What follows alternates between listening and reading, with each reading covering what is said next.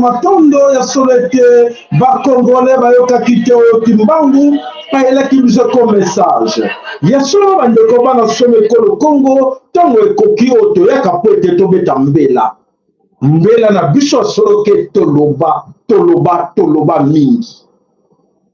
mingi nini toloba te nini topesaki bino mateya te nini nzambe alobaki te tolobela bino oyo tobombelaki bino esaki tolobela bino nyonso yaso etikala tobanda nani kopesa matondo mpo ete pema na bomoi tozali nango ezali nde nzambe tata nzambe ya poto lelo yaso ete bakokono bapelelaki ndenge wana tikorde olobi oza instruit oza plus instruit ke bakoko na yo po ete bango bapelelaki ye nzakomba akongo mongali mvidi mukulu mungu baba mungu wa milele nzambi gaungu kalunga yo lobi te ngai nalingi kaka die importe die non ndenge kaka bayelaki biso na bamissionnaire esenga nabenge Jehova Jireh nabenge bakongo nyonso soki badie soleil banini oyo bango bayelaki bino bato bayelaki bino nzambe wana importe bango nde bato bayelaki bino mpe kufa bato bayelaki bino nzambe importe bayelaki bino kufa na kati na mabota na bino etondi kufa eza kotungisa biso na mabota na biso kufa oyo eza kosalaka bitumba esilaka te bato bayelaki bino bato mpe bayelaki bino nzambe na bato oyo bayelaki bino bibilia moto mosusu ayelaki bino yango te bibilia bato bayaki na bibilia bango mpe bayelaki bino ndenge ya kosambelaka boye fukamaka libelelaka chapele belelaka nzambe bango wana baza à l'origine ya souffrance ya malheur ya misère na bino oyo bakotonisaka bino na bakisi baproduit chimique bango wana balaborateur bango wana bapharmacien bango wana na baizino bakosalaka nyonso ya mabe po ete baloba non il faut tokoextermine banoir wana e banoir yango mpe balobi te papa sayala tika makambo wana biso tokolanda kaka oyo mondele ayelaki biso bakoko na yo pour l'information na yo landanga bien koko no ayebaki koboma moninga te koko no ayebaki te ndenge na kozwa mbele atya moninga koko no azalaki na bolingo na mibeko mpe na misala koko na yo bakoko na bino ya kala bakoko bino bobenga bandoki bakoko wana kindoki bobengela bango magie bobengela bango franc-maçonnerie bobengela bankoko ya bino oyo rose croix bobengela bankoko na bino bakenda moto ayelaki bino nde mondele moto ayelaki bango mondele lera ye abeli koinisie bango moko na kati na bango na bamboka na bango tala bakosala magie tala basabo mondele moto ayelaki bango e bango lera baso yango babeli kotiza yango très mal kobomana entre bango mondele aza kosepela po ete na plan na ye ya extermination voilà cause na ye ezalaki yango wana. Voilà, merci tout le monde déjà ndeko na biso déjà tolobi na biso loko moko te mutatu ya kanaka ayele kapa mitumbo na biso kaka non sako pa na yo Augustin Kabuya lobi déjà ke natika kokosa ba congolais est-ce que na kosa ba congolais na nini est-ce que ngai na kosa ba congolais na nini ntobandi sika na lobi eloko te nakolobaka bobiso nakolobaka bokoko na biso ebongo Augustin Kabuya oyo distraire biso talaka bokoyeba tato ya uta wapi chance kuyemboka bikotisi bokomona bafigure bokomona esika tato ya uta ke lelo tokolakisa bino nyonso kobanga Augustin Kabuya arrête va avoir peur kobanga te c'est la peur kobanga ne tozosala bango adena kobanga amoni titre wana tolobile leloko te elengisie na kopesaka bino losako Fati Beton losako Augustin Kabuya CG bozobanga nini nalobi nano te bobangi nini nakosi nini bobangi nini tata nzambe ya mpungu tulendo mvulusiki mbango fula mwana tala ndenge oza kobangisa bango nalobi nano eloko te nasengi na bino ba like na bino nasengi na bino ba cœur na bino s'il vous plaît balek baker na bino omoni déjà ndenge bala ko trembler Augustin Kabouya trembler monta biso la vérité to tikie une semaine avant lobate alingo biso la vérité oyo wa congolais ba yeba papa mama benga bande ko na yo nyonso yebisa bango ba ya eza ko yinda lelo na plateau na biso eza ko yinda heureusement Augustin Kabouya zawana toko pesa pe numéro soko Augustin Kabouya moni ke makambo toko ba lokuta ako benga intervenir mais la qualité au ticket de moi bande ko ba olingate to tika ya loba malheureusement ya solo toko lobake déjà azoko banga Augustin Kabouya ko banga te toyebi esika yo utaki tango na ko laksaka bilili ma photo bato bakoyeba esika yo utaki lelo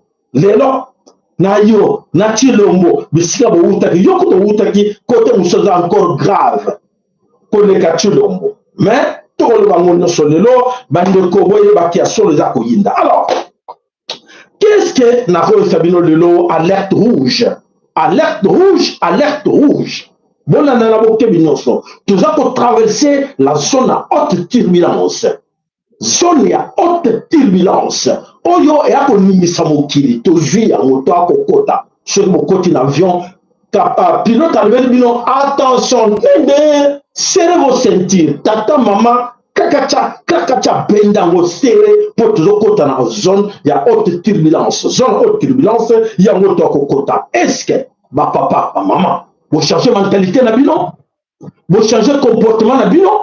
Moi je vous demande deux choses. De changer votre façon de voir les choses. Mentalité et comportement face à vos ennemis. Vos ennemis, qui sont vos ennemis? Votre ennemi numéro 1 est là. Nakanisa ko se présenter yomoko na Congo ya Augustin Kabouya. Mais l'ennemi na bino, basalito sabino, comment il faut se comporter face à l'ennemi wana. Lelo. Alors bandeko, l'ennemi wana ya solo, basali ko s'organiser, ba yebike, bo bali ko ba la vérité. Bo yebi la vérité, mingi za ko leka na kati na Congo, l'ennemi ba ko banga. Ndenge nini to okimela wapi? Na bisaki bino. Les signes du temps ne trompent pas. Ne savez pas, regardez sur vos rétroviseurs. Regardez Ukraine. N'attends pas comment ce qui se passe dans Ukraine. Voilà, nous ne savons pas le Bénégané pour Sabino. Oh, non, c'est ça qu'on est en Ukraine. L'échec, tout, récite. Oh, il y a autant. Il y a autant de Félix Antoine Tshilombo et ses amis tout Rwandais. Russie, c'est Bissobabé na Congo. Ceux qui ont réussi à gagner, il y a que Bissot peut gagner. Ceux qui ont réussi à perdre le combat à Ukraine, Bissot peut perdre le Congo, le Congo. Ou on est ensemble. Parce que Moutazan Nzambe, Ndezali Poutine, Oyo a sala pour être puissance, il y a un sala pour mortir, bango dans le monde entier, occidentaux. Et alors, bande causa il y a grave. Et ça, quand grave beaucoup moins en image, alors ces gens-là, nos ennemis s'organisent pour être à la dernière minute, comment accélérer le procédure pour être si ça ne savait pas le Kouta. Le Kouta. Voilà le Kouta où nous sommes pour ça là, ils s'organisent pour distraire le bilan. Bon, voilà qui, dimanche passé, Ndegenini, oyo bakobenga na kombo ya Moïse Mbiye, à côté de la katinaka bakata na distraction, oyo mona ki makambo ya Illuminati, ba formation na Congo, ba zibino ba am, neto bisa bino ba zuba am na bino wana. Bon balandaki bakenda ko tonda wana, bo keleki ba zimilimo na bino, ba somi milimo na bino, ba sombi bino. Na Moïse Mbiye na Illuminati, to pekisa bino bozo ko yokate. Donc le belaka bandeko bokeba bozo ko yokate. Bon monaki ba cérémonie ba rituel oyo ba saraki Illuminati sur scène. Et bandeko baza ko mona me ba ko mona te. Baza ko yoka me baza ko yokate. Ah papa maman oyo ko bolobake na yeba kite. Non, yeba kite. Donc to bisaki bino c'est fini. Pour ce monde là, c'est fini. Ba passer la vitesse supérieure pour ba cri. Donc ça va bien ba cri oyo ba dinosaure ba pesa ka avant ba lingwa na mokili ba cri yango na oyo boko mona baza ko salaka ba de l'équation baza ko luka solution pour résister ba ko résister te mes frères croyez-moi ba ko résister te na vent oyo za ko ya balinga te ba ko zala balaye Félix Tshilombo et ses amis balinga te bakozala balaye na vent ozako ya eza vent ya mutu te ya te kono to sala baventure na Christian Malanga oui basala baventure na Christian Malanga po te bakosa bakongolais, babangisa bakongolais, baintimide bakongolais. Mais Nzamba lobi non, il tient pas compte de ça. Bon, moi ndenge échoué, to comme ça bina ngolelo, ndenge nyonso makambo nyonso akoleka wana. Alors peuple congolais, alors pour les gens qui espèrent encore, qui croient encore à Félix Tshilombo, malheur à vous. En titre de rappel, na kusabino ke Tshilombo n'est pas le vôtre. Oyo bakobenga Augustin Kabuya n'est pas le vôtre. Bato wana bazali ba angolais, ba uta Angola. Bato wana même Etienne Tshisekedi azaki mulubate. Azalaki aza angolais. Na titre d'information, bozo okansake bozela extra. Félix a extra ko salate. Papa na ye atikala kosala te na kati na kamu na kasampu comment on appelle ça encore kabe ya kamwanga atikala koconstruire ata WCT atikala koconstruire te mais à l'époque de Mobutu abenda kosala l'espoir na Guadeloupe na nini mais na kabe ya kamwanga construire ata ndako moko ya matériaux durable te donc c'est à dire que ezalaki mboka na ye te. Mon cher ami Kassayen, ne croyez pas ces gens. Bolanda Bangote, ce sont des criminels. Bolanda Bangote, on va comme moi Augustin Kabuya Banan, beaucoup de origine na bango lelo. Alors mes chers amis, autre c'est bino que nana yeba kite que Tchenti Sekez avec agent ya CIA. Agent ya CIA ba recruter ki bango na CIA, ba soit que ki bango na mboka misusu, ba mi bango na mboka misusu. Ba sur na mboka ba mi bango na mboka boy. Tout ça pour être babiki ya kozana ma motema makasi ya koboma baka mboka wana sans pitié. Et voilà ce qui s'est passé, ce qui se passe encore aujourd'hui na kati ne Kolo Congo. Bazana mawana binoté. Bazana mawana binoté. Imaginez-vous l'exemple ya moké banal. Ba premier bino mai, de l'eau à boire. Vous n'avez pas de l'eau à boire. Pour la voix qui baza à binoté, qu'on a binoté, capable à kobomisa bino na tango nyonso. Alors voilà bande ko wana somi ko le Congo ba infiltré wana ke si blobo bango bien baza ebele lokola kingu kwa kimwanza azara ki infiltré kingu azara ki congolais mais bon moniteur soit pour azara ki au service des occidentaux SIA. Alors Vital Kamerhe n'est pas congolais, azali membre ya SIA pour la déstabiliser Congo. Oyo baza ebele le kwebo nani batu le kwebo ndenge moko baza ebele wana entre autres mususu bako mono kola Augustin Kabuya baza ya binoté baza batuti rwandais et baza wana pour la mission ya ko déstabiliser Congo. Bozela dans quelques jours, Mikolo Zako ya kolanda, tango moto kopela, batali boso bako kimo batiko Augustin Kabuya. Boko mona ko boza porté disparu, pas ko mona que non, ba yebie ke azali congolais te. Voilà bande ko bokeba mingi na bango. Voilà bande ko ya soke to okene senga ba mboka oyo bande ko ebele baza ko yebake ba kolomboka ne bandeli kaka ya manda na ye soka zalaki vraiment congolais ne bandela manda na ya liboso to to sentir que vraiment Félix Tshilombo azali oya biso mais bon mona ke Félix Tshilombo azali a vu mandat liboso asali le côté ya mi balé bozela rien. Pour la bande qu'on a biso ba congolais ba kassayen on va espérer encore que oui encore ça quelque chose besoin quitter besoin rien c'est déjà trop tard pour la binon c'est du temps perdu au besoin espérer avoir quelque chose derrière Félix Antoine Tshilombo boko gagner rien mais ya solo ne bande nano na pesa binon oyo esengeli nano boyeba comment ko distinguer vrai congolais ou vrai congolais ou originaire ya mboka wana na baction na ye na façon na koloba to mona kango ya de bande bolanda moko ye qu'ils aillent défendre les droits de l'homme partout dans le monde d'abord avant de venir ici. Parce que ces gens nous voient comme des sous-hommes, ils nous voient comme des esclaves. C'est comme ça dans leur tête. Ils n'ont jamais changé de logiciel, mais c'est à nous de leur montrer que nous ne sommes pas des esclaves et nous n'allons jamais accepter cet état de fait. Dans l'histoire du monde, il y a eu des guerres. La Seconde Guerre mondiale, les peuples se sont organisés pour se défendre. Un peu partout. Mais il y a un pays qui ne pouvait pas se défendre, qui était obligé de venir prendre nos ancêtres pour aller les défendre. Et aujourd'hui, ce même pays veut nous donner des leçons.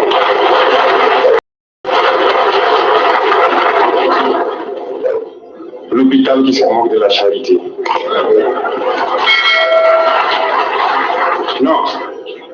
vous êtes les descendants de ces mêmes ancêtres qui sont allés défendre les autres, qui ont libéré le monde du nazisme. Aujourd'hui, vous vous battez pour vos terres. Ces mêmes individus osent créer des termes pour vous salir. Nous nous opposons à cela. Nous ne serons jamais d'accord.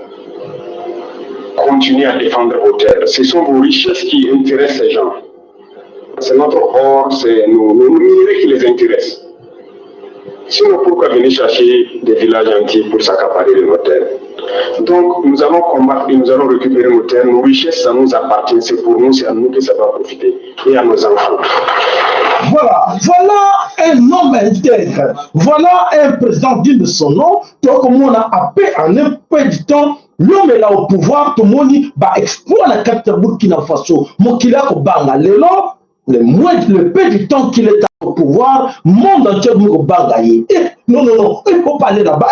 Voilà Burkina Faso pour tout jeter. Ok, kuna on frappe na yo. Mais biso toi comme on a kama groupe skill moko boye ba bengi ba M23 ba kanga bonaga na 300 ba kangi minyembo 4 ans. Est-ce que toko tuna? Qu'est-ce qui ne va pas? Quand ces gens sont arrivés à Bunagana, est-ce que Félix Tshilombo mona ki bango toté azawana asal mandat liboso bazawana et azawana bazako conduire toujours ko manipuler yé pour te azwa mbongo. Pour lui, ce qui compte, c'est l'argent. Alors, voilà, bandeko, pour le sabino, il y a solo tant de coquilles, tant de fruits, ma tonne de baker, nabino, ma tonne de like, nabino, bon, ça l'a prêt, bon, benga, bandeko, mon soussou, bon, nana, au télébino, les loto, comme il y a rarement, mais ce qui te y est, il y a que Milelo Ezali.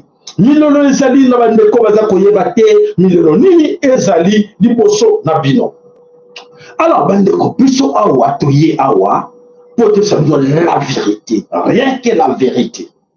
Autre lui qui te comme une tango ya verso, tu as un tango ya verso, la tango ya poisson, mensonge banako oumela, mais la tango ya verso, mensonge t'arrêté, au cosi de l'eau, lobby, vérité bini. Au bout de l'okuta na tango, na au 9h, 10h, 11h, quand na tango wana, la vérité est là. Non, il vous a menti. Vous êtes prêts?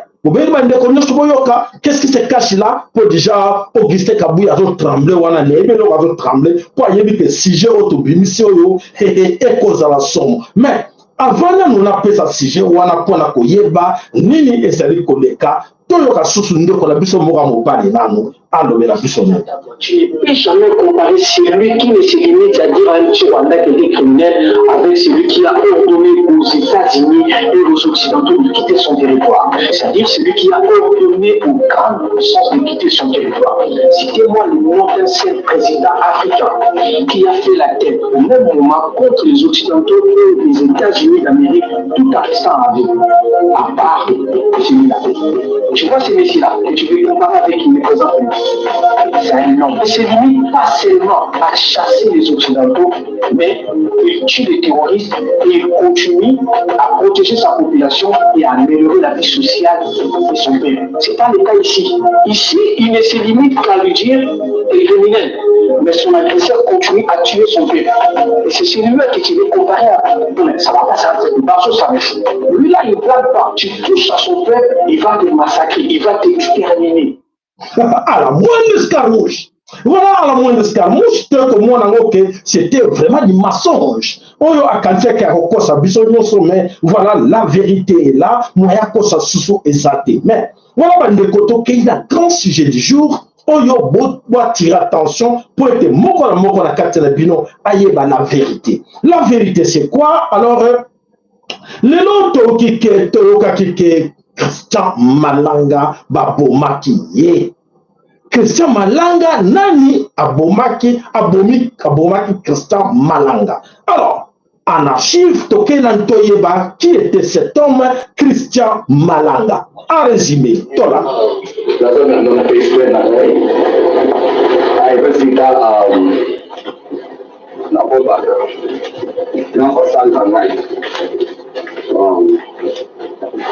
Moi, nini akasavoir Facebook nikiona fait un contrôle.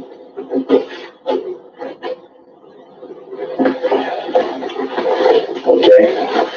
Huyu zana sadani ndio. Ok. Huyu zana kapo. Example. Ok. qui m'a mis pas, je chante mais dans le porte-yo, pour lui porte-yo, on parle de comment porter. Et là, marteau, nani boy, mais boy à mon nom, n'est-ce pas?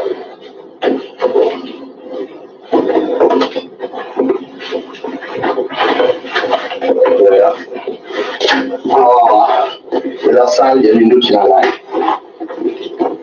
Ça, une autre dans l'air, est-ce qu'elle va jouer dans l'air sur les alacans? Là, une autre dans l'air, surtout la connexion dans l'air, surtout. Ok. Voilà, bref, tout le monde a démonstration non oyo malanga bale ko sa démonstration oyo na époque ya Hippolyte Kanambe alias Joseph Kabila.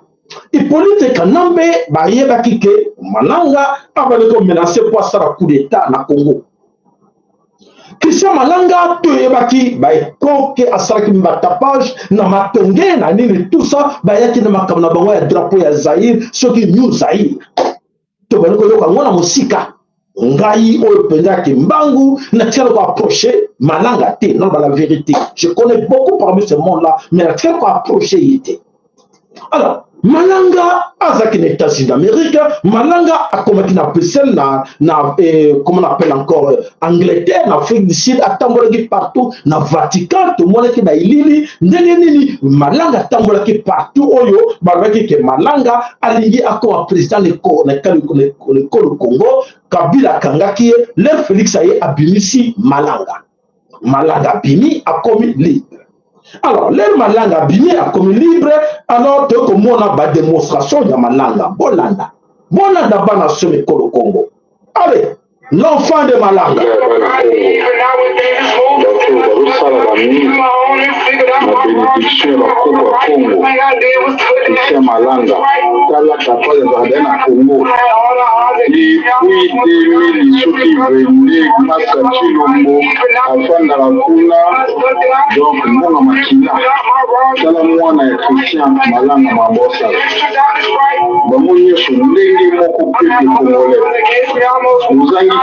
Muzangi mai kala ba mil bande kosala na komuni kosala na mbongo makila kumoni ambo kanjambe obi kosala na mwana bachino kala ba komu na bango na bachino mona ba kame kuna bango ni simbite ba bebani ali bakemo 30 personnes hotel makona kwa mambo ba mil ba milani ba mbongo ba diamant ba or. Voilà. Bon, yango biso to salaka to akana masekite. To la bio ba image ezakolo ba ngo moko. Munde ko na lobi ba beba ni makambo na bango. Mercilité bolanda. Boki Christian Malanga na ndako ne États-Unis d'Amérique minduki wana l'époque Kabila. Christian akiti na kati le Congo to moni ndenge moko na bandeko ya Vital Kamerhe bako sakanaka na ba dollar na bana ya Félix bako sakanaka na ba dollar ndenge moko na mwana Christian Malanga bolanda bone tenir bandeko biso to kama sécurité o za lolaka kimbangu e ya kopona ko sunga be na Congo. Alors Christian Malanga aye na kati tolanda allez toke. Oh yeah. Let's go!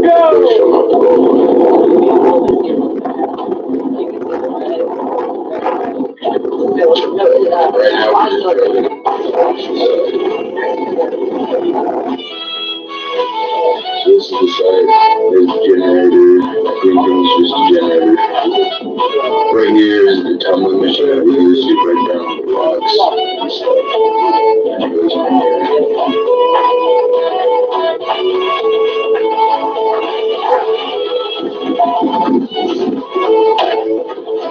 These bags are filled with gold. After you take them to the ball mill, we put them in these bags, and then they're just waiting to get processed. Through processing that stuff right here, la famille Christian Malanga dans les mines. Voilà. Bon, moi, Christian Malanga, na mbongo wa sakana nango, moi, Christian Malanga na kati na mine, na Christian Malanga na kati na mine. Tomoni, bomoni ba image bino moko, ndenge ba ko sakanaka na kati na mbongo na kati mabele Kolo Congo. Alors, Christian Malanga tomoni makamonyo sonenge leki na kati na Kolo Congo bande ko bolanda. Bolanda lo kebi noso, po ete moko akosa bino te. oyo la kan voulu ski mbango ya kana ba vérité polele na miso boye wa yoki malamu wa yoki te akoyeba teke baza ko kosa bino. Alors ba petit to komona Christian Malanga e ko bima to monié na katina on va ko benga parler de la nation. Parler de la nation un dimanche à 4 du matin. En ce moment, à 4 du matin, Félix est en train de danser la Pilman. Avec notre monate, dans le monde entier, moto à linga puissance, comme Mbina, comme Sepere, le col à Tchelombo.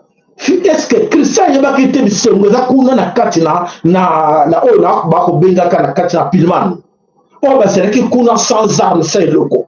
Ayebaki te ba c'est que kuna bango noso. Soka zaki na posa ke no sala coup d'état. Ba c'est que ona ba ke na armement te ba ba kota ni ba c'est que ona attend avec 5 47 ba ba pour la bango na katina salle. Atiki bango wana ake se pointer na palais de la nation. Oyo eloko moko eza na kati wana te dimanche. Nani atigelaki Christian passage à côté na kati na palais de la nation ba ke kosala ba aventure pa ya camere pa ba beti ba sali comédie ba ke kosuka na palais de la nation bolanda likam ba suka na palais de la nation ba toucher radio te ba toucher radio télévision te en fait ba toucher aéroport te ba toucher résidence ya Félix Antoine Tshilombo te o soit na limité pa maman na ye soit e pa ina ye sika zaki na oya ba toucher le côté ba suki wana na parler de la nation ba meko sala cérémonie ba prendre tant o sengela ki ba joie plus beaucoup de temps na ba comédie ingeta zairo ye oh bo gagner le côté wa ko matsa zairo ye to mo dango très louche. Alors bande ko bolanda na bokebi nyonso matondo ba like na bino matondo ba ker na bino bolanda. Alors Christian Malanga baki yoki kuna keno Christian Malanga akangi palais de la nation et non aéroport et non la voie du Zaïre et non comme kote kaka amati drapeau ya pamba kuna et quelques types agi masas moko bétamité. Alors en fin de compte après masasi e kopetama. Masese kobeta masuli 2 balles pampa ba beti Christian Malanga lisasi pa Christian Malanga ba beti lisasi na Mukongo ba beti Christian Malanga lisasi en face te bato baza en face na ete mais moto ezaki na Mukongo a beti Christian Malanga moni ete bato en face te muta Mukongo pa na libumu eleki ejuye na libumu pa akiti na se akufite. Yoka bandeko, toko témoigner, toko landa déclaration témoignage ya JR garde républicaine. Nako tangela bino yango, po ete moko na biso, ayeba témoignage oyo, info coup d'état na kati Nkolo Congo, voilà tokei, vers 4h20. Il au pluriel, le peloton qui montait la garde au palais de la nation a vu débouler 3 ou 4 véhicules, dont un jeep de la police en tête. Sans poser de questions, ils ont ouvert les barrières, puis la grande porte intérieure de l'enclos. Les véhicules sont égouffrés au parking central jusqu'à l'entrée de la rondelle. Voilà. Quelques coups de balle, plus tard, sans viser qui que ce soit. Voilà, très bien. Ils comprennent trop tard qu'ils viennent d'ouvrir la porte à une force hostile. Voilà, garde JR, comprend que la porte n'a pas inconnu, pour ça. Plus de panique, ils décrochent en français facile, ils fuient. Tout quittant, oui, tous quittant le palais de la nation et prennent la direction du Pilman, Hollanda, où il espérait joindre une autre peloton de la JR qui faisait garde du chef de l'État dans Pilman. Voilà. Et alors, en fait, Fatih avait passé toute la soirée au grand hôtel où il prenait part à la fête d'anniversaire de l'un des neveux des gardes du corps, Tabou et Boma.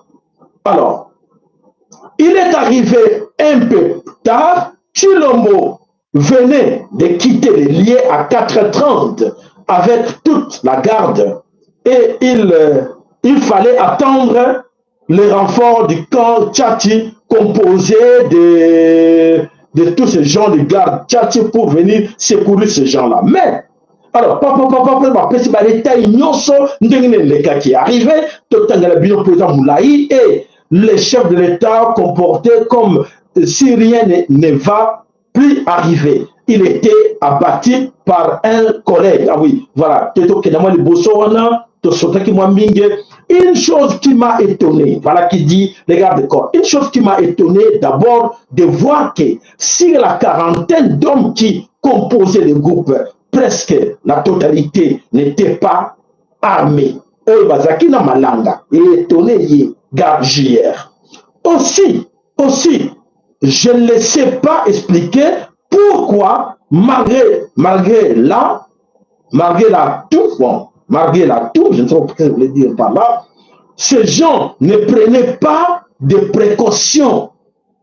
Donc, la situation du combat, donc, ne prenait pas la précaution d'être en combat ou aller vraiment faire quelque chose de constant. Alors, ils ne se couvraient pas. Donc, Bazaki, avec des babouches, on a vu en image. Et leur chef se comportait comme si rien ne va lui arriver. Voilà, gardien Mutaza Koloba. Une balle dans le ventre, c'est à l'instant que les autres ont réalisé les dangers. Donc, leur balle est bêtier dans le boumou. Les autres ont compris qu'il y a un danger et ont pris fuite vers le fleuve. Nous l'avons poursuivi et l'avons neutralisé. Bon,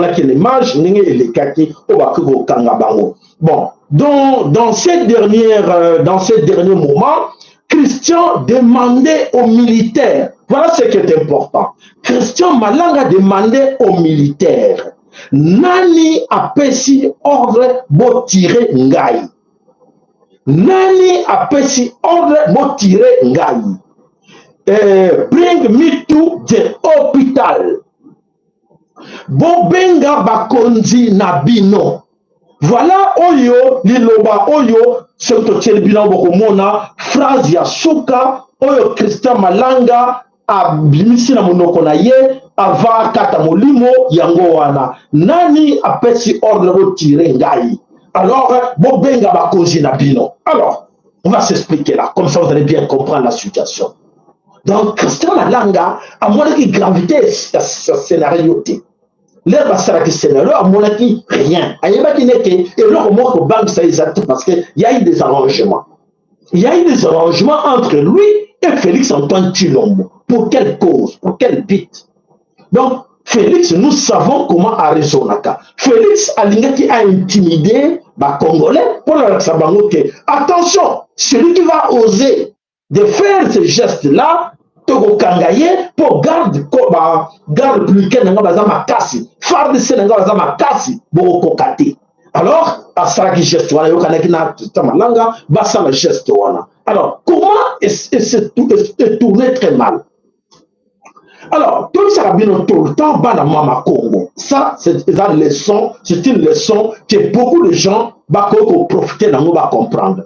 Baloba proverbe moko bakolo na biso somo lingo liana ndoki zala na fourchette ya mulai ko zala fourchette mokuse te po ete akoki kosala yo mabe.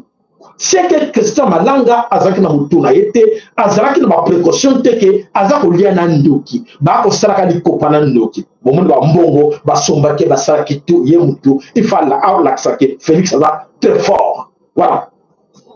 Alors Christian Malanga akei na mwana na ye na kati na bitumba akena mwana na ye. Christian Malanga na mona Félix Tshilombo te atinda mwana na ye na front amona te. Anthony aza kozwa la famille ya Tshilombo azwa la batinda bana na bango na front te batinda ba cousin na bango na front te mais Christian Malanga ayena mwana na ye. Donc il était trop sur lui trop signe Félix Tshilombo ke akosala ye mabete pour papa moko te oyo aza honnête akolingaka kende na likambo ndenge wana amema na mwana na ye po soki na ye na mwana bakufi famille esili, n'est-ce pas? Bande kobolana. Alors Félix a s'arrangé avec Christian Malanga, basala Jewana. Basali Jewana est tourné très mal. Ok, Félix a compris que lui non. Connaissant ce monsieur, ce qui n'a tiki abîmé a commis sa vérité un jour. Encore que non, il jette salaki il faut na si ça y est comme ça, un témoin gênant. Babomi Christian Malanga comme un témoin gênant de l'affaire où Félix a yébaki que ce qu'a dit Christian Malanga na bomoyi, Christian Malanga a commis sa vérité un jour où a kolobaki voilà la situation de l'Itokana qui na Félix Tshilombo boy dans na ka nyonso ne ba serero ba sala comme bomaka toujours témoin gênant. Voilà, nous avons éliminé Christian Malanga. Alors, éliminer ye na kanti bumoni ndenge JR bango moko baza ko témoigner ndenge ba vaka scène sur place na maloba ya suke bimaki na monoko ya Christian Malanga na kanti boyoki yango nani apesi ordre bo tirer ngai. Bon me manga na hôpital et abakisi bon téléphoner ba konzi na bino, bon benga ba konzi na bino. Donc, bon benga bango poete ba réparer et le rapidement. Bon benga bango poete bango ba yebi copte straki na bango boko ko tirer te boko bomangate.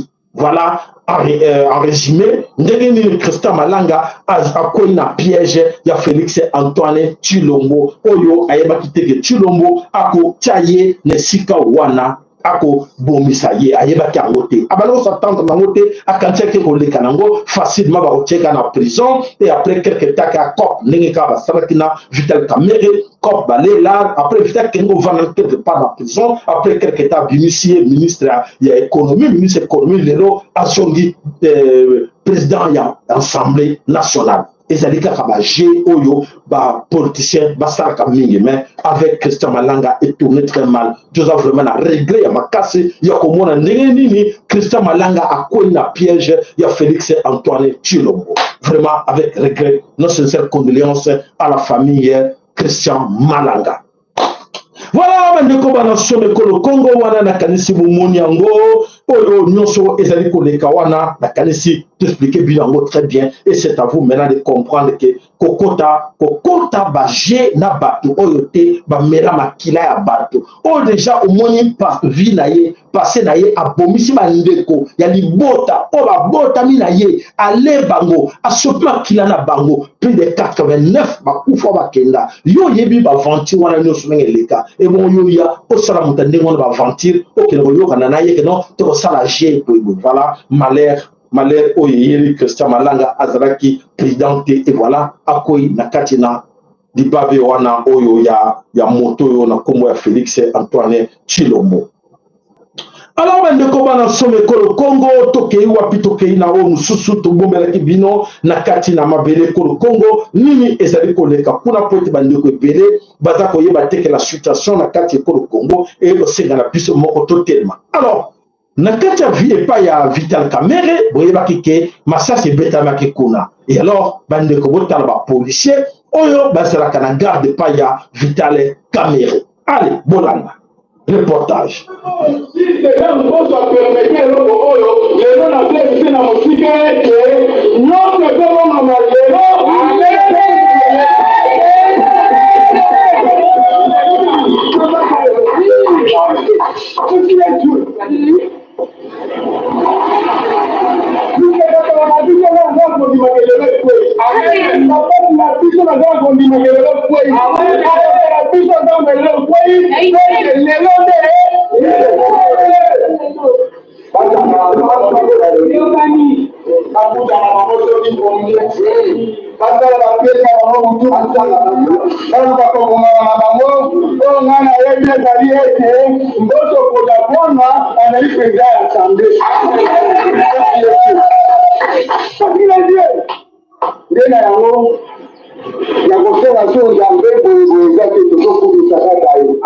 la recommandation après celui-là, et que ça devient tout à vous proclamer la Jéricho. Amen. Mais il y avait un jour fort, et donc pour que la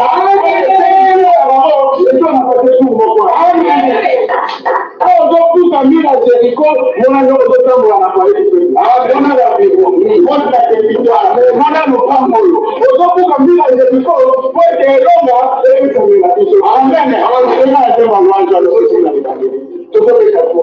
Amen.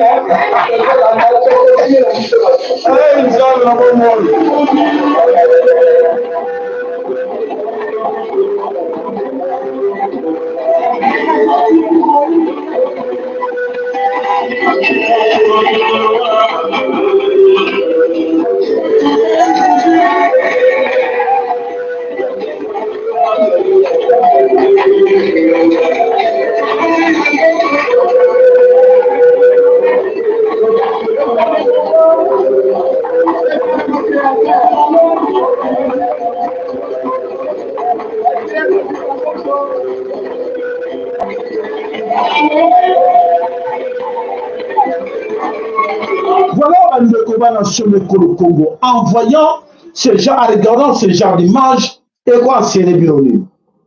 Moka, vraiment, moka, sur le corps de la boue. Bah, soldat, bah, na garde, bah, pollution, bah, na garde, et pas, y a mon conduit quelque part, voilà comportement. Voilà comportement, bah, comme bah, on est sur ma pasteur. Voilà, si comme moka, kokofa. Wana, toko, bah, tu dois connaître, tu dois bah, ni à ma tête, dans la bateau, bah, tu dois connaître, kabouye. Donc, bango, bango, na bango, moussala ya la police, et comme na bango, ba pasteur, ba kon la société civile, ba kon na bango, semble la peau na Vital Kamerhe, qui là, que nous battre la parlement, là, que nous battre le pango, tout ça, bandeko, autant qu'on kene wapi, bandeko, na biso, donc ça nous sonibo. Voilà, bandeko, ezaya pasi na mawa, ya komona makambo, nyonso oyo, ezali koleka na mabele Congo, ete ya biso moko, bandeko, bana somi Congo, na yo sabino kasolo, mokili Congo eza kokende mabe parce que na kati mitu ya mingi na kati na biso les gens ne raisonnent pas bala na bentere na bango tokomona mosusu wana lobi ke non tokomona lobi nini te Félix akomi na kati na Primakura Félix akomi na kana 33e soki niveau na kanisi akomi kuna te na 33e niveau te mais bobanga te wana obola koloba wana ezalaki na ntango ya poisson et na tango verso te na tango verso amikoti na kati ya mutambu ya kimbangu fimbu ya kekela kimbangu eza kobeta ye aza ko souffrir bandeko o bako kanisa baza ko rêver arrêtez de rêver bokomona mekamosi oyo koleka na Congo na leleka na mokili mobimba te voyez voir bokomona qui vivra verra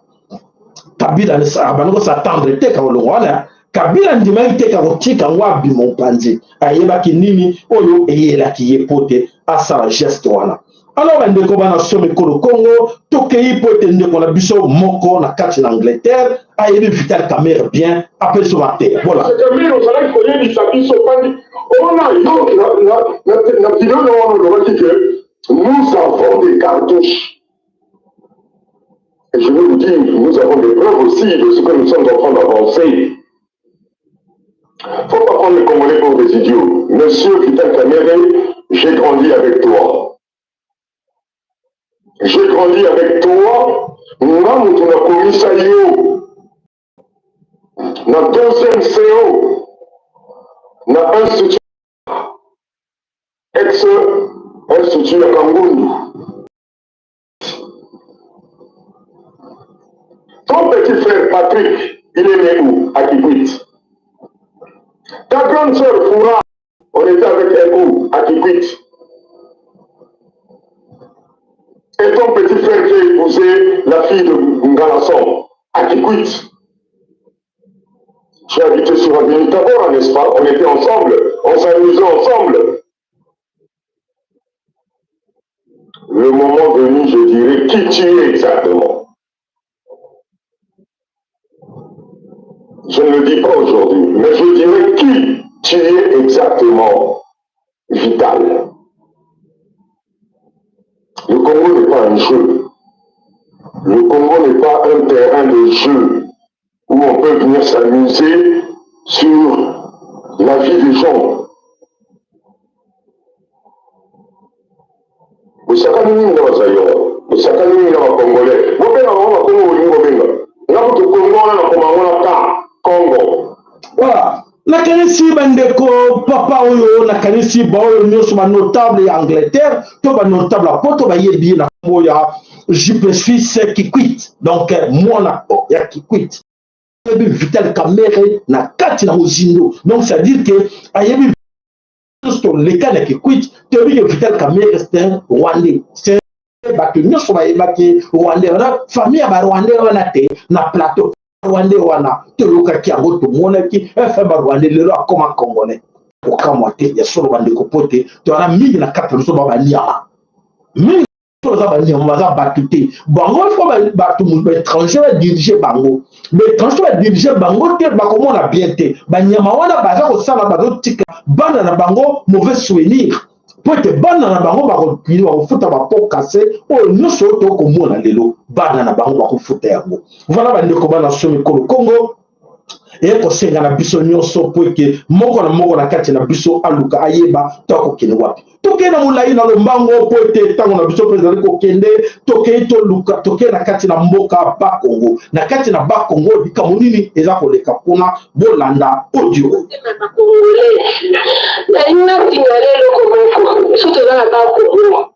plus précisément toza na kikanya donc frontière na biso oyo ezali noki minoko ezokota bato bazoperfile te bacontene ozotambola modo deja oza na droit kofungola te donc ti ezolekana singaka na selelaki bakolekisa ofa faire okoyeba ndenge nini biloko eza na kati koza baarme beti kozala bato basula balu na kati bakana na biso nyonso osala mpe tinda mpe bato baya kosala bakontrola bakana oyo matali baka nyonso matali barwande batondi na kati basi barwande bakoma ofinga basi bakongola meme na porte osela bakoma bana misala biso aya papa me makambo esala na kati ya baka na ndela makambo nyonso batraître baza ebele eza kaka kuna likolo te bati ezokita ntina se awa na bafrontière nyonso ya bakongo biloko ezokota me awa eloko so oza ya konwa mpo kati ya kuna baverfiaka me oyo ekouta kuna conteneur fermé moto ezokita ya likolo moto asimba te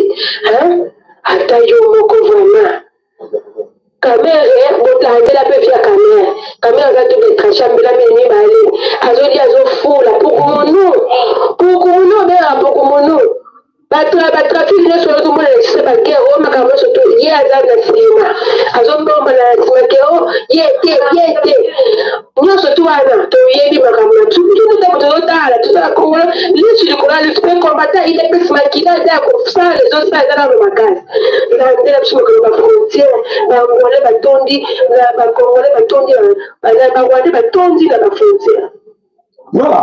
Voilà le message passé na kanisi bandoko bene baza koyeba te nini oyo ezali koleka na kati na Congo et voilà mais na moni bandoko bene baza kofinga Félix na ebite pona nini biso na chaîne biso bafinga Chilombo te kofinga Chilombo te na moni ndeko moko na kombo ya Krano Duma aza kofinga Chilombo ofingi Chilombo asali onini ofingi lukunani oyo Augustin Kabuya asali onini bon respecter bakonzela biso ofingi elongi mabe asali onini ofingi Félix ozofinga Félix pona nini soko ye na chaîne na biso kofinga Chilombo te na chaîne na biso kofinga Chilombo te tala ye kuna elongi mabe kofinga Chilombo te po oyo nyonso oza kofinga wana bokofinga Chilombo na ye komona bino deja boamitema mabe komo ozofinga Chilombo.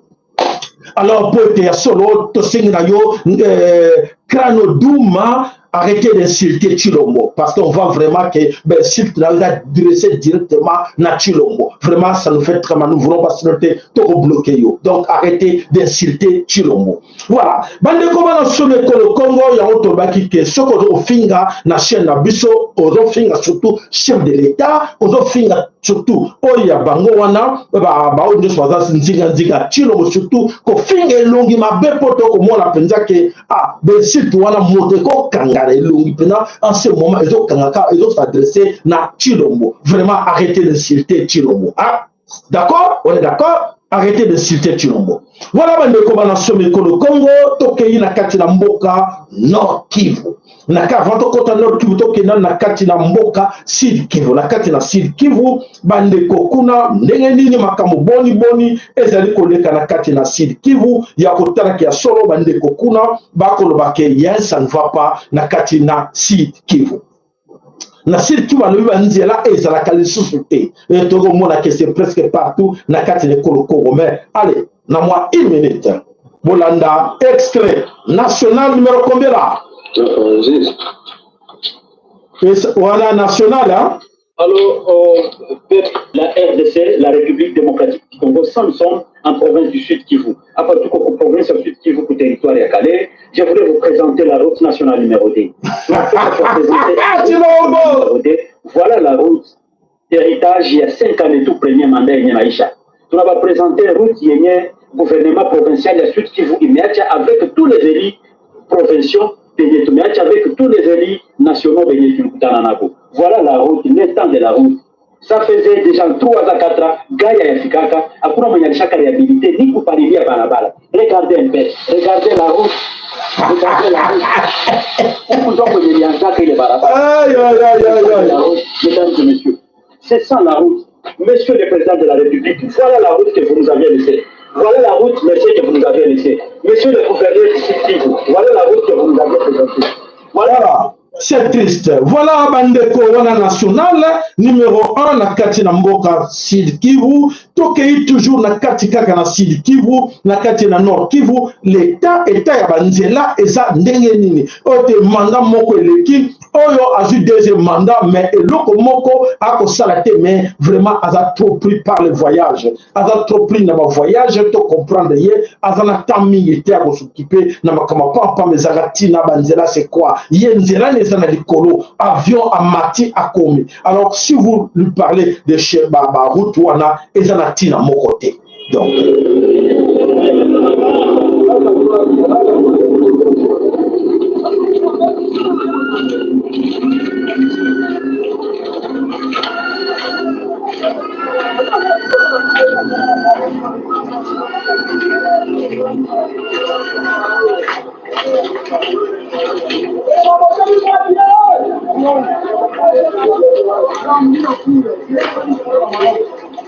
voilà, quand on vous dit que cet homme n'est pas un Congolais, on dit maté. Hippolyte Kanambe atika ki mboka na buzoba boye pour azalaki étranger. Félix aye bokanisa ke ezali mwana et mwana na bino et voilà la situation de comme na mboka.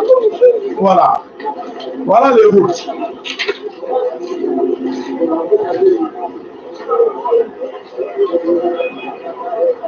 Voilà. Pour les gens qui m'insultent là, pour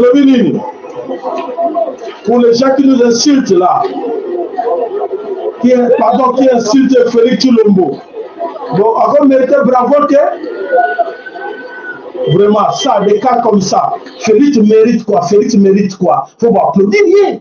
Vraiment un grand chantier comme ça, faut applaudir rien. Et voilà, bandeko bana somme kolo Congo na kanisi bozo se maudire bino moko na bana na bino parce que quand vous soutenez quelqu'un, ou ça bandeko na bino même il y a famille lointaine, à ça bango ma bé malédiction les oye pas na yo au moins que ozala touti parce qu'il y a beaucoup de touti baza ko banga en ce moment ici pour voyez que émission na biso tora tsaka ngote tant ko beta fimbo wana bango mo ba ko mona ke eza ko yindela bango bape. Alors voilà, bandeko tokei wapi tokei na kati na front na kati ya Nord Kivu. Na kati ya Nord Kivu et pas ikuna to banane ko pesa.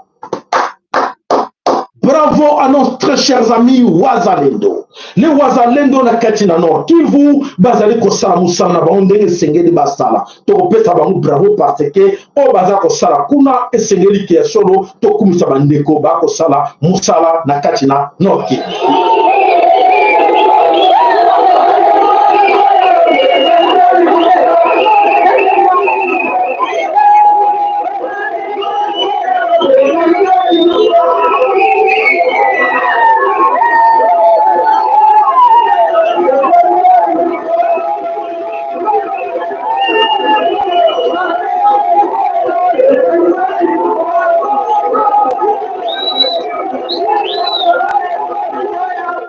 Voilà, bandeko Wazalendo va récupérer plus de position oyo yaba nani yaba M23. Le M23 aujourd'hui na plusieurs villages baza na kati na débandade. Baza ko ibate pour te ba wazalendo balobi balinga bakoye na piège ya Chilombo na corruption mais esimbité et voilà ba wazalendo balobi vraiment Chilombo a ressentir moto na bango et ba wazalendo bazali na kati ya kotumbo ko sakanate na kati na mboka Nord Kivu kuro pesi mbwa boy po ete bitumba ezali ya konginda ko sakanate na kati ya Nord Kivu bande ko na biso bazali ko frapper ya ko sakanate na kati na Nord Kivu.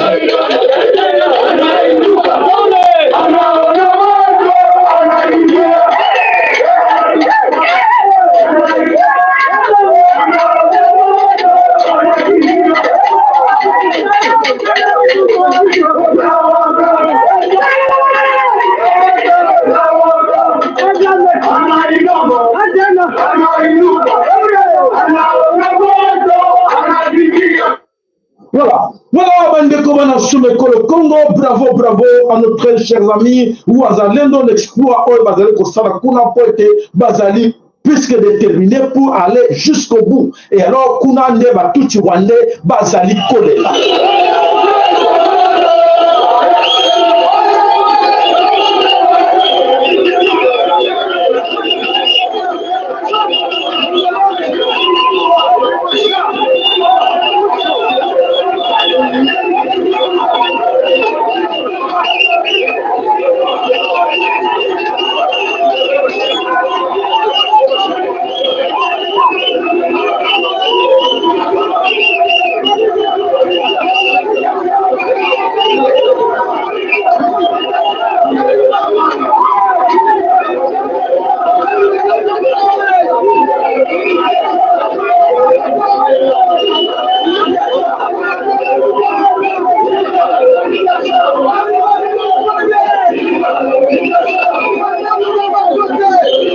Voilà la victoire bande ko bazako sepela nini bakangi bazokanga batuti bazali kuna bakomona bako bate par où bako suka po ete ya solo biliaki bango bikoki na kati na mboka wana. Voilà bande ko bana Soumeko le Congo. Alors tokei wana na kana prometaki bino tokoyeba ba origine ya bato ebele.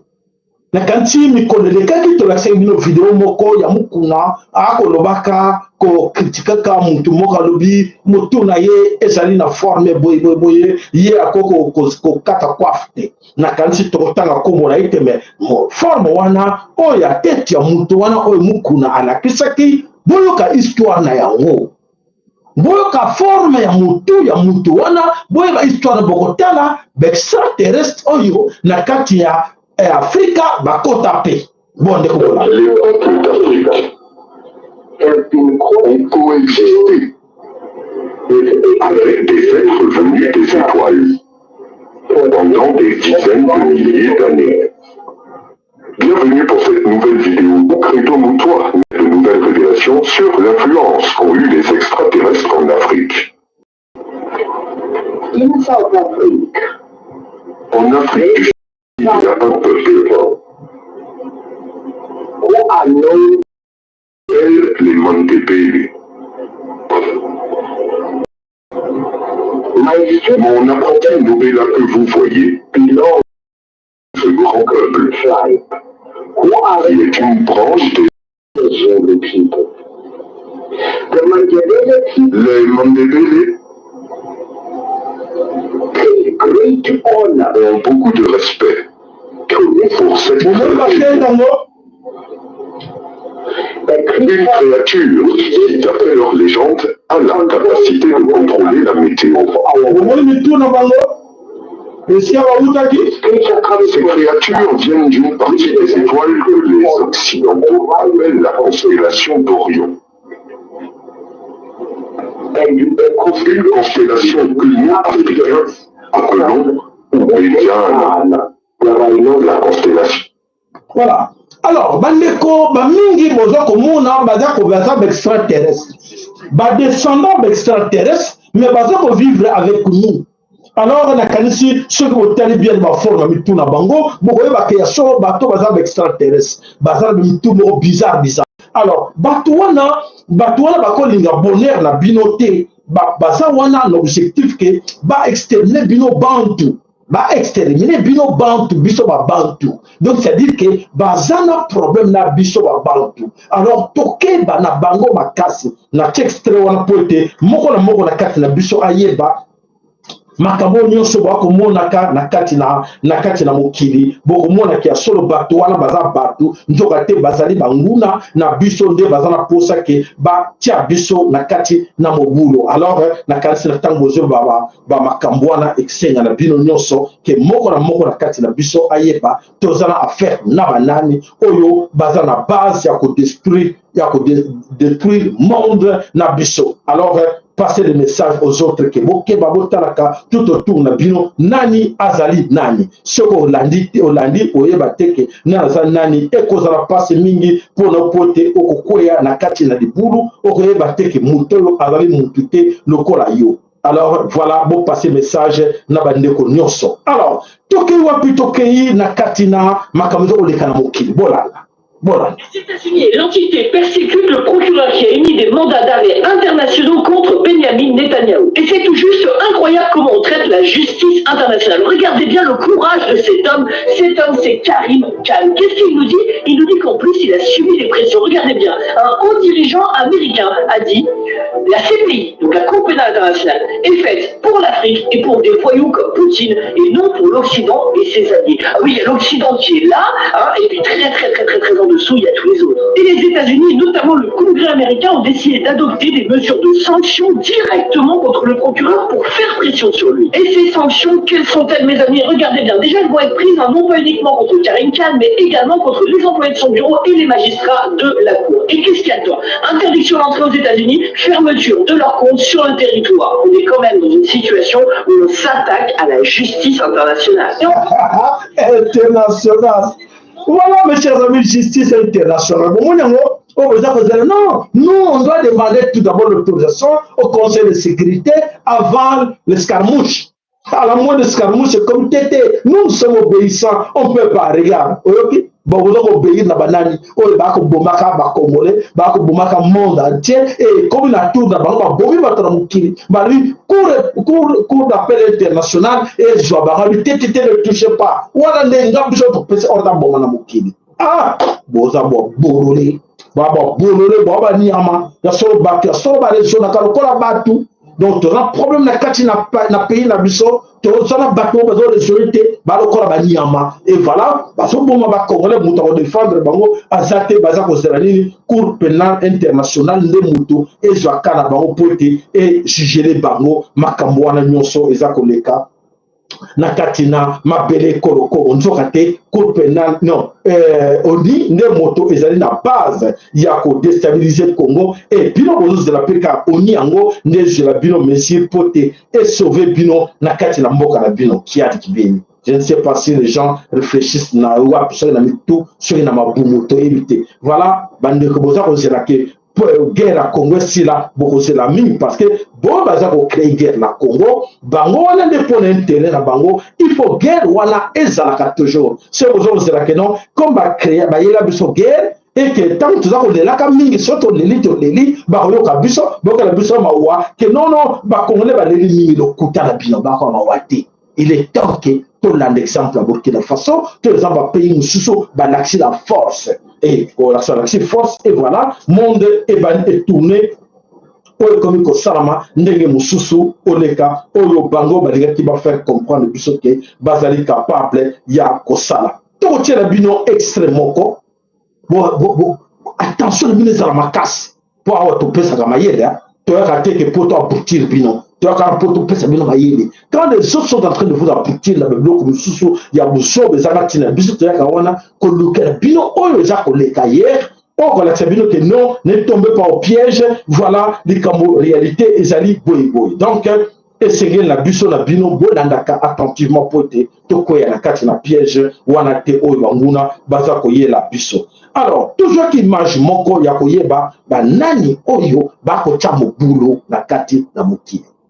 Banani oyo baza kotia mobulu na kati na mokili oyo ya monde entier. Alors tokozana bino bolanda ngo très bien comme ça moko na bino a yeba eloko nini ezali koya. Vous êtes prêts? Vous êtes prêts bandeko bolanda? En fait, c'est très simple. bolanda na bokebi nyonso po ete ya solo moto na moko na bino ayebaka eloko nini eza koleka na kati na mokili. Il s'appelle Simon Persky et il est biélorusse. Elle ne s'appelle pas Golda Meir. Elle s'appelle Golda Mavovitch et elle est ukrainienne. Il ne s'appelle pas Ariel Sharon. Il s'appelle Ariel Sherenman et il est polonais biélorusse. Il ne s'appelle pas Moshe Dayan. Il s'appelle Moshe Kitegorodsky et il est ukrainien. Il ne s'appelle pas Menahem Begin. Il s'appelle Mieczysław Biegun et il est biélorusse. Il ne s'appelle pas Benjamin Netanyahu. Il s'appelle, laissons-le à la fin lui. Il ne s'appelle pas Yitzhak Rabin. Il s'appelle Itzhak Robitsov et il est ukrainien. Il ne s'appelle pas Marc Regev. Il s'appelle Marc Freiber et il est allemand. Il ne s'appelle pas Haïm Barlev. Il s'appelle Haïm Brodsky et il est autrichien. Il ne s'appelle pas Yitzhak Shamir. Il s'appelle Ishak Josierniki et il est biélorusse. Il ne s'appelle pas David Boroyon. Il s'appelle David Brun et il est polonais. Il ne s'appelle pas Yigal Allon. Il s'appelle Yigal Pekovitz et il est roumain. Il ne s'appelle pas Moshe Charet. Il s'appelle Moshe Chertok et il est ukrainien. Il ne s'appelle pas Lévi Ashkol. Il s'appelle Lévi Skolnik et il est ukrainien. Il ne s'appelle pas Moshe Yalon. Il s'appelle Moshe Smolansky et il est ukrainien aussi. Il ne s'appelle pas Benjamin Netanyahu. Il s'appelle Benjamin Milekowski et il est polonais. Elle ne s'appelle pas Israël. Elle s'appelle la Palestine de la Méditerranée au Jourdain. Il ne s'appelle pas Chine. Est-ce que bolandi yango bien mpona koyeba ke hier oyo bobale komona ke mokili bali kotambola ndenge nini? Qui pensait qu'aujourd'hui eloko boyoki nakanisi bakokokanga biso lisusu bakanga biso soki kona likambo po ete biso tozwi na biso totieni bino po ete ata bakangi na bango ata babloke na bango biso. Mais le plus important yo yeba yo papa yo mama kozala zoba te lokola babolele mosusu oyo baza na plateau bakolandaka na sentiment kozala zoba te atoyoka mpo benda bino matoi koyeba botala makambo ndenge eza koleka. bomoni makambo ndenge ezoleka yango wana bokomonaka boyoka batuti rwande balobaka ke biso tozali badescenda bajuif boki secret tina boyoka ke batuti balobelaka bino toyaka badescenda bajuif po ete na lokuta na bango po ete bakosa nyonso Rwanda mboka ya bango te, bakota na Uganda mboka na bango te, bakota mboka na bango te, bauta wapi, bauta quelque part ne ba wa. Est-ce que vous tirez attention? Soit tindera ba, soit kata tindera bandeko bayeba eloko nini oyo ba bombela pendant des années, pendant des siècles. Il y a le kuta o ba elaki bino na mikanda. O ba elaki bino na mikanda le kuta, bato bakosa bino mikanda le kuta bango. Bato elaki bino mikanda le kuta bango. Le bolo banini ke no ba bisa bino te. Mikanda otangaka bato basalaki yango bango yo. Bato na le kuta, bato na moyibi, bato na soloka. Bomoni yango ebali kobima nzambe tango na nzambe te bisa bino ke ekobeta tango ekoke ntango mfweni. Bomoni ntango mfweni nyonso bali kobima polele. Nyonso bali kobima polele. Nzoka te bazo bakoba lokuta bakosana ba biloko nyonso ya lokuta. Boza kondima bango baza wana ebele la kati na ekolo Kongo na makambo lokuta. Vital Kamerhe kombo de nani origine ni nyonso ya lokuta, nyonso ya lokuta donc pona bango bwenge ba vivaka na lokuta buté na moyo yo ndimi bango lebite oyo baza bata solo baza sala solo po ete biso tola papa mama kolanda bango te baza bato na lokuta bato na soloka bato na lokuta bato oyo batisalaka lokuta mikolo nyonso po ete bavivaka na nsima lokuta soki bakosi te bakovivre te. Alors yo ndeko na ngai soko yoki ke bato wana soki bakosi te bakovivre te alors esengi na yo oboya koyoka bango po ete moko na kati na bango akoloba likambo malunga eza te. française. Voilà, le Congo, voilà le mal au français va commettre dans le monde entier. Aujourd'hui, il paye. Aujourd'hui, les Français vont foutre un mot. Mais à la grande surprise qu'en ce même moment, d'autres pays dans le monde vont foutre ça, les Français, c'est le Congo qui va embrasser la France pour dire viens chez nous, regardez, allez, faites la cartographie. Notre cartographie, Salango, traçabilité, la manière de Salango. Et ça lui substituer quoi encore? Qu'est-ce qu'on te donne encore? Le port de Boma, prenez. Qu'est-ce que tu veux encore? Est-ce que tu as battu ça au Sala? Où nous salaté en 21e siècle? Mais tout n'a pas bon, et ça au Sala, nous salaté. Mais d'accord, ça, c'est l'avenir de nos enfants. Cette terre-là appartient à nos enfants.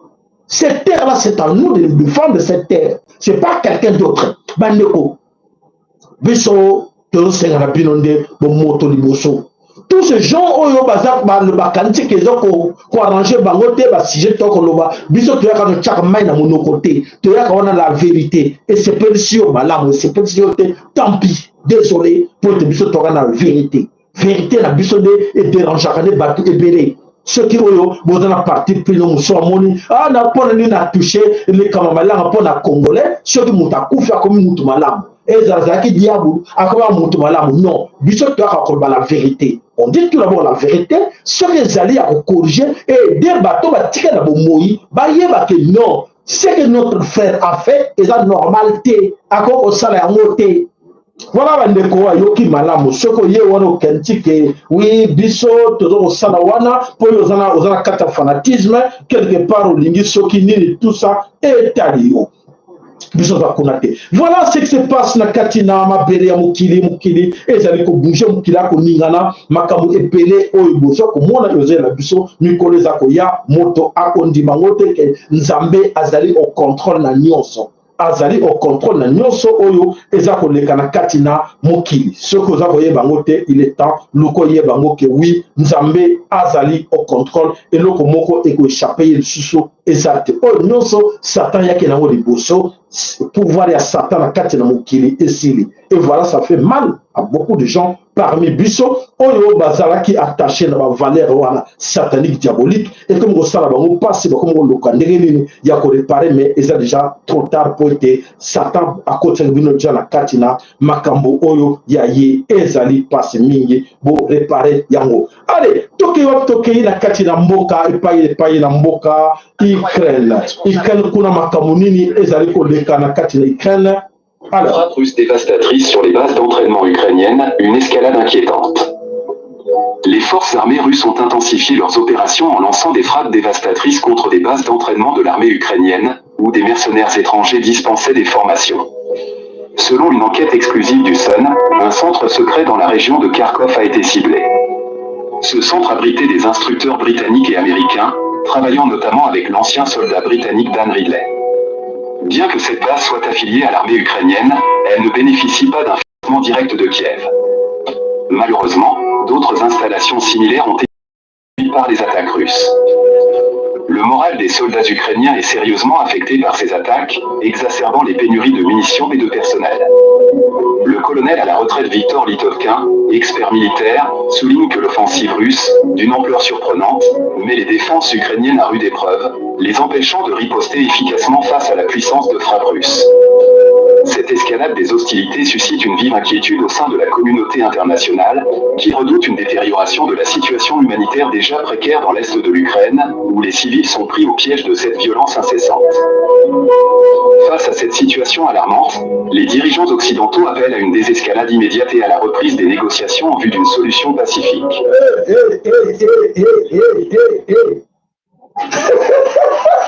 Vous avez suivi? On a dit que non, pas en solution pacifique. Emmanuel Macron qui refusait tout. Et maintenant, comment la solution pacifique? Poutine parle, non, allons jusqu'au bout. Jusqu'on va entrer en France. Et voilà, et commis kolelisa bango na situation nyonso ezali koleka kukuna na katina Kaboul. Entre l'Ukraine et la Russie. Hier, c'était le 75e anniversaire de la création de l'OTAN. Du coup, plusieurs personnalités, des dirigeants déjà britanniques et personnalités américaines ont pris la parole sur cette histoire. Alors, par contre, ça se penche bien sur l'envoi des troupes et ça reprend un petit peu les déclarations qu'a fait Dimitri Peskov ce matin en ce qui concerne justement l'entrée en conflit entre l'Ukraine et l'OTAN. Écoutez. Les pays de l'OTAN devront bientôt envoyer des soldats en Ukraine sous peine d'accepter une défaite catastrophique. Les Britanniques et les Français ainsi que les pays nordiques se préparent déjà discrètement à envoyer des troupes, à la fois de petites unités d'élite et du personnel logistique et de soutien. Voilà, c'est dommage que déjà à ce moment je vous parle, plus de 100 cercueils de régionnaires et quitté l'Ukraine et zone de destination France. Plus de 100 cercueils, il y a régionnaires, Oyo, Babomi Bango, na Katina Ukraine, Makedaki Kuna, Bibembe, Evaliko Zonga, déjà la Katina France. Donc, situation Ezali, Mobulu, Yako Sakanate, Kuna Poete, Bamoni vraiment solo que solution Moko, Bako Ojuzate, Bako Soko. Bakota la solution pacifiquement pour dire non, allons jusqu'au bout comme ça. Emmanuel Macron, comme à Tchaki Tembe, qui a au bout d'habitude na Souka, Azali ko trembler en ce moment, na Katina et pas Azali, Azakoye Bate, quoi, à induire tout baba, autant au bimanéraire. Emmanuel Macron, je a envoyé, il y a Satan, on a envoyé Satan à induire occidentaux, nous sommes erreurs, et il ne fallait pas s'engager la guerre contre la Russie. Et maintenant, en ce moment, nous savons que Kuna et Zerakoyinda Bazakoyebate, ndenge bakosala po ete améliorer la situation nyonso oyo ezali koleka kuna eza koyinda na bapoint tout na kati na oyo eza kolekela bango na kati ya nini. Jusqu'où ira la pénétration de la Russie? Ouvrez grand vos yeux et vos oreilles. La Tunisie, oui, la Tunisie des héritiers de Bourguiba, la Tunisie qui nous fait face, nous, Européens, de l'autre côté de la Méditerranée, la Tunisie, nouvelle cible de Moscou. Plusieurs éléments épars désormais sont rassemblés, et en particulier la rotation accélérée de ces avions qui fait l'objet d'une alerte américaine qui vient demander des comptes à Tunis. Que se passe-t-il? Comment les Russes sont-ils en train de pénétrer la Tunisie après avoir mis la main, entre guillemets, mais après avoir posé des jalons sur beaucoup de pays d'Afrique? Voyons d'abord les faits, puis on en discutera, mais aussi les indispensables avec Justine Fresside. Bonsoir Justine. Bonsoir David, bonsoir à tous. Que se passe-t-il entre Russie et Tunisie? Eh bien, depuis quelques jours, des rotations aériennes fréquentes ont été repérées. Des avions russes atterrissent en l'occurrence ici à l'aéroport de Djerba, cette petite île du sud tunisien située à 130 km à l'ouest de la frontière libyenne. Alors, quels sont ces avions? Que transportent-ils? Eh bien, le journal italien La Repubblica, qui dévoile ces informations, évoque des avions militaires russes dont la nature des activités est encore incertaine. S'agit-il de transport d'hommes, de transport d'équipements? La Repubblica n'en dit rien. Selon le journal Le Monde daté de ce jour, il pourrait s'agir de transport de soldats affiliés à l'ex-compagnie de sécurité Wagner, rebaptisée Africa Corps, se reposer sur l'île de Djerba. L'alerte est jugée suffisamment sérieuse pour que Washington, qui surveille en permanence la zone, s'en alerte. Ainsi, le département d'État américain a demandé des explications. Washington demande au gouvernement tunisien de lui transmettre tous les survols et atterrissages des avions. Mes chers amis, bon français va y éviter sur quel pied encore danser. Baza va arracher bango nyonso. Eza koyinda yango sabino kia solo bandeko o baza koyeba teke eza ya kobebela bango na katina mokili po ete batiaki tembe na nzambe kimbango alobaki yango boyebi yango mais ça to répétaka micronos tout eko bamingi balinga te bayoka komba kimbangu po ete kosala bango pasi mingi po ete maloba nyonso kimbangu alobaki yango tokomona yango France eza kobeta France fimu ya kekele eza kobeta malembe aza kondima te ka akopola akondima te komi etneki tozosala boye na kati lobi babloke sur chaîne donc ça fait YouTube eza géré na France ndenge bakobetela bino tozobanga na biso sur le côté bakanga na bango le plus important que vous êtes informé de la situation que les Kanakati na Mokili. Le plus important, vous allez informer et passer les messages.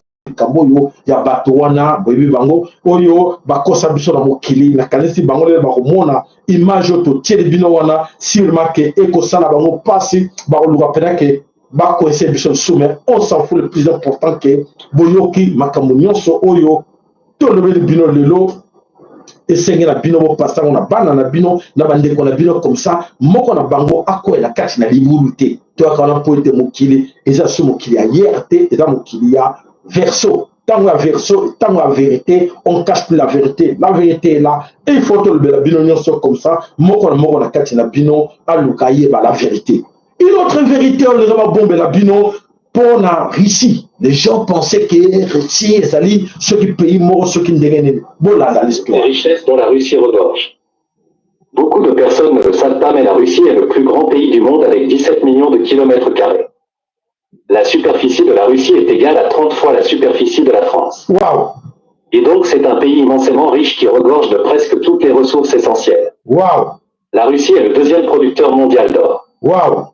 Elle est également le deuxième producteur de pétrole mondial. Wow. La Russie est le deuxième producteur mondial de gaz, ce qui est essentiel pour tourner les industries. Wow.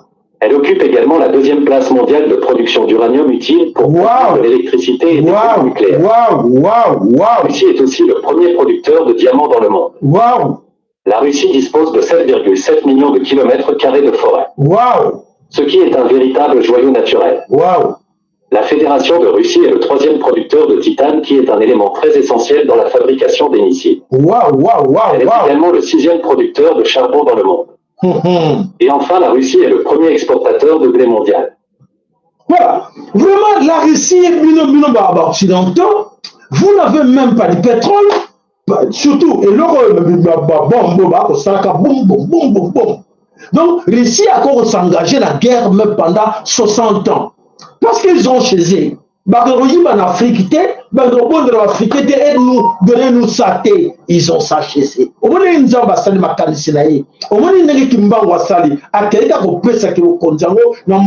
Vous avez tout. Personne ne va vous empêcher d'utiliser ce que vous avez là-bas comme pierre. Allez, allez-y en guerre. Voilà. Occidentaux, ça qui t'est policiers avec produire uranium banango. Il y a tout ça là-bas. Boum, boum, boum, boum. Bazanango et alors bon le la bisoni que oui bozala pas tenir tête avec payo na mabere na yako ke na simana ba tumoni atie na kata mulagati boum atumoni mabere atie na kata boum na seconde tout avec au produire. Mais mes chers amis, c'est quoi cette histoire? Les journaux quand même tout est là, tous les journaux. Et je dis non vous les américains bango ba sakana bango te wapi comment moi na o mususu wana jiyoka moi na jiyoka boyebite alors soka sakana avec kiai abeti kiai azolelisa bango papa ba mama bandeko bolela te ba mama na biso bolela te tango na nzambe ekoki tango na nzambe ekoki akokotsa confusion to ekisaki bino confusion côté la barreau bakene ko toucher et c'est va toucher raté ils ont oublié tout ça, ils ont oublié. Même tu le mot doit comprendre cette histoire. Tu le mot, tu as trahi quelque chose qu'on ne peut pas trahir. Quoi? Le sol Congo. Ma belle à Kimbango. Obomi osopi makila ya bana Kimbango oya Kasai. Osopi makila ya bana bena Congo. Obomi bango na nzala. Pour na kolesa ba mboka misusu. C'est quelle malédiction! Ok, ko kundolo tini ba paya ba ke ko kundolo ba cimetière ya ba koko na biso. Otini ba paya ba boma ka bana somme ko le Congo to ko mona lelo na dans le na ba cimetière ba comme d'ailleurs comme ça ko to banana na hôpital. Allons dans des morgues na hôpital. On va voir comment bazar ba sala mulongo comme si ba do wela ko kota na supermarché au Congo. Bazo poma bimisa bibembe bazo wele la moye te makani pardon voire même corrompre pour sortir le corps. Mes chers amis, nous vivons dans quel pays? Bossi ko bomba bango bossi ko ton sabon na bopito bosi kotonisa bango na bamorgue bombe bokende bacimetière batondi mpo bakunde bembe cimetière mulongo bobi te tosuki wana te obandi koboma bango kozangisa bango mai oyo ezali bénédiction ya nzambe mai te baza na ndoka mai te prive bango zwa allez tu vas gérer la régie des eaux tuti gérer po topesa bango mai ya potopoto otiaka bango bakisi na kati bakufa noki ozosaka na nzambe ou parce que vous allez réussir exterminer les Bena Congo, exterminer les Bantou na kati ya mai lokuta ceux du peuple wana Tshilombo tu pensais que on exterminer bango facilement nde belge a réussi ça nde tes amis occidentaux là nde ba réussi ça ko exterminer ba Bena Congo wana depuis avant yo botama Félix avant yo botama nde ba exterminer nde yo botama ki kutote ate ozalaki na mama na ona na kati ya bangole balinga babota mpe soza bantu kaka angola aza ndeko na biso bantu malheur à vous parce que vous ne comprenez rien. On doit trahir le royaume Congo à cause des étrangers. C'est la malédiction. Okolela, tu ne me croyais moi Okolela. Moi, je me dis ça. Okojonga t'es effronté. Tout ce que tu as mis là dehors, la menadiona, bakabouya, bino, soit bon, bimisa, et ça soit binoté. Bandako bo somba, bako botra bino, na moins d'1 année, bon perdre tout. Bon, bon, on a bino, fanatique, ça va te. Papa Sala Loba, oko perdre nyonso, eza na Congo, eza no somba na wapi, eza na quoi le bomba, parce que c'est l'argent du sang de tes frères, pas de tes frères Congo. Parce que Angola, eza kaka royaume Congo.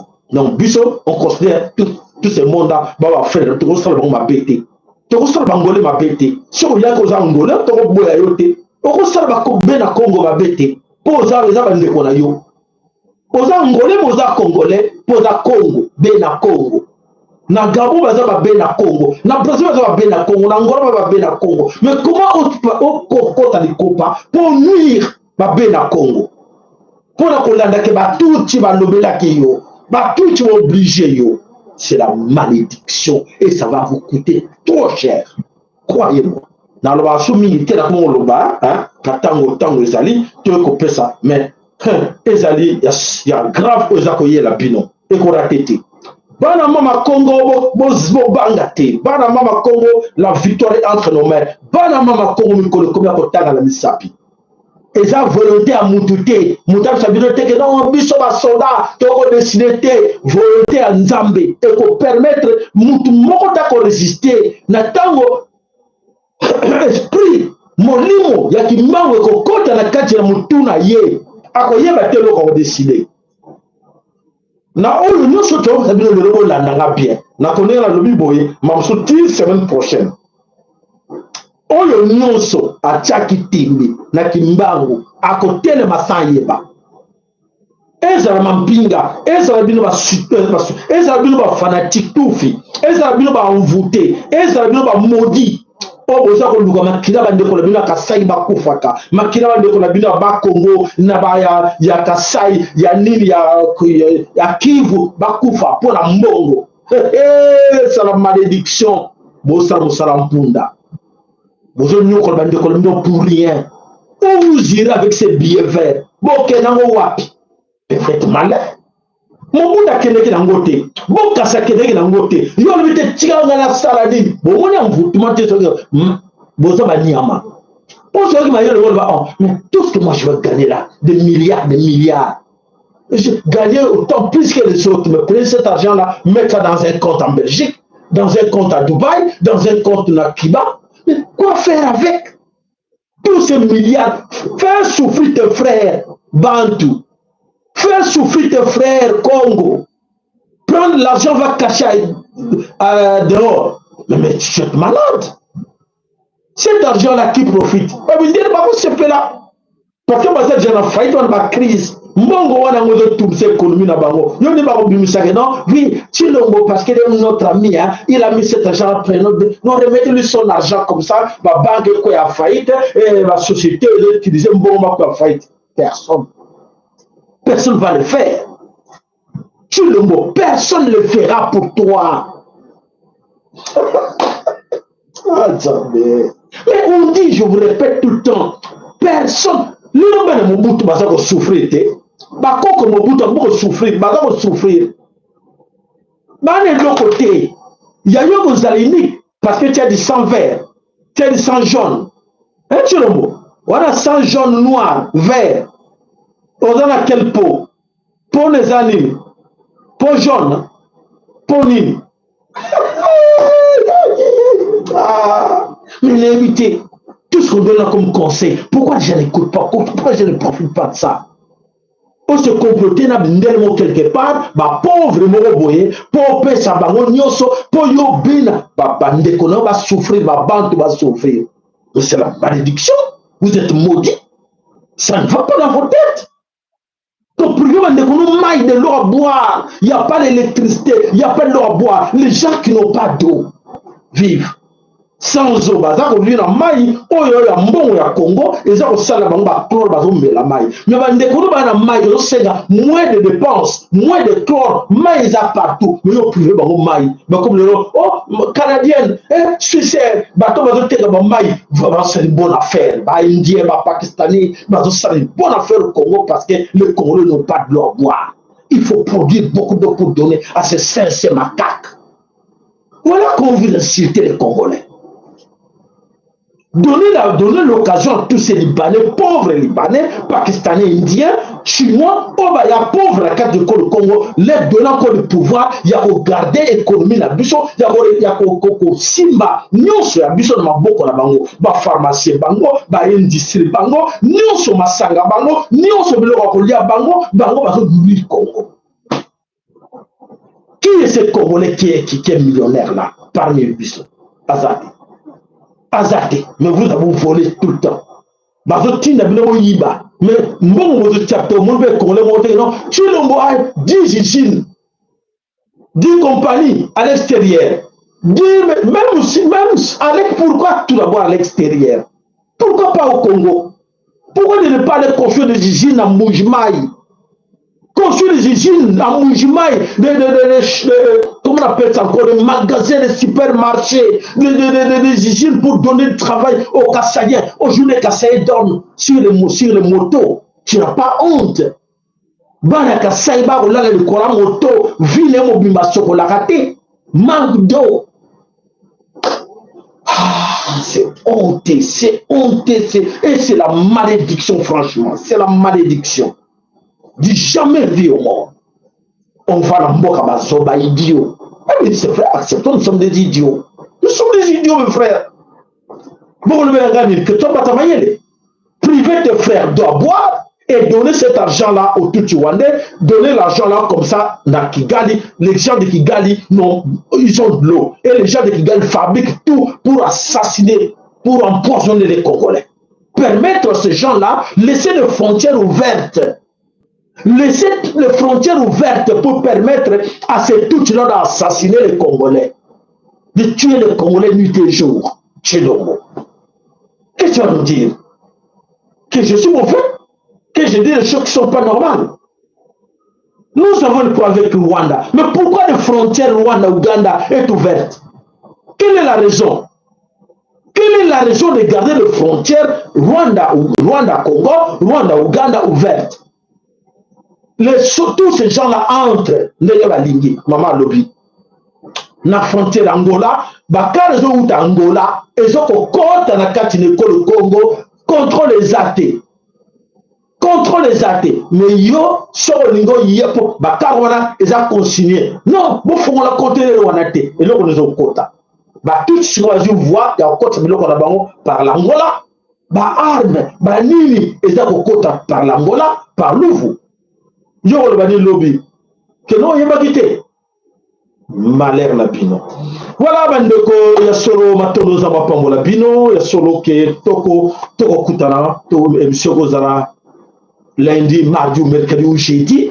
Vous avez qu'à abonner, n'oubliez pas d'appuyer sur la cloche. À tout moment, toko la bino, sauf que ça ka kaf kof ya bakata, toko ya, n'y to le yo. Boyi nangate, bon mon nga mapete mais biso to ran pour la vérité blessaka mais faut vous aramu tema ko supportant ce que biso ba to tarabo movi toujours continuer toujours ko sala ma paix toujours pesa leçon na mokilité pour être bandeko ba ko kufa kana ba situation ko bandeko lokola Christian Malanga. Mes condoléances à toute la famille Malanga. Na seki Malanga te, na se moquer na été, mais ils ont épais sa biso sur les sons, il y a aussi des coquilles yé, accueilli na yé, mais biso est service de sons que non, bah faut lier na diabou, zana fouché ta mundaï, pour na maloba na yé moko à l'obi, à tout ni baropi à l'obi.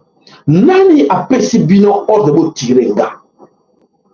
Bon, me manga l'hôpital, phrase ya souka l'obi, bobenga bakonzi na bino. Comment alobake nani apesi bino ordre yazali asean yazali motomboki atuna ba soda bi nani apesi bino ordre bo tirer nga pabi ke non bato ba tirer ye baza ba soda ka ko ya adverse faut ba tirer ye so ba ye na kata mais nani apesi bino ordre bo tirer nga asuki pe warata baksim susu bo téléphoner bango. Bon, mais à l'hôpital, bon, benga bango po bango bango sabino que te fallait pas bon bêta bon même bango biki ça y est. C'est ça l'objectif. Oyo Christian Malanga alobi 3 phrases wana. Alobi ango pas pour rien. A que trop sir na ye. Nani a pesi bino ordre tirenga. Bon, mais à l'hôpital. Bon benga ba konji na bino. Bon benga ba konji na bango sabino que non faut pas vous tirer ya za mutu na biso. C'est ça. Voilà. Accueilli. Voilà. Nzamba ya lokumu. Yemo kayebi nyonso otakoluba. Voilà bandeko le sako matondo de paina bino nyonso bane banditina suka. Ya solo to mesala ko pesa matondo la biso na ba oyo solo ba yeba ke chaîne la biso ezali chaîne oyo esunga ka ezala besoin ya esungi la bino poete to continuer ko sala bemission na biso bo bibino moko wanande ezali otolobaka bosunga chaîne na biso matondo pa na yo mama na biso analu sakweno matondo nzamba pambola yo na lisumi na nyonso osalaka kati na chaîne na biso matondo pa na yo papa na biso Emmanuel Yeko kolemba biso te pa Emmanuel Yeko bosunga chaîne na bino papa na biso Francis Bitodi matondo pa na yo Francis Bitodi matondo pa na papa na biso Willy na mama na biso Marie na kati na Dallas matondo epai na yo mama na biso Espérance matondo tonton Lema matondo papa Michael Mukobo matondo papa Zola matondo mama Meje na kati na Angleterre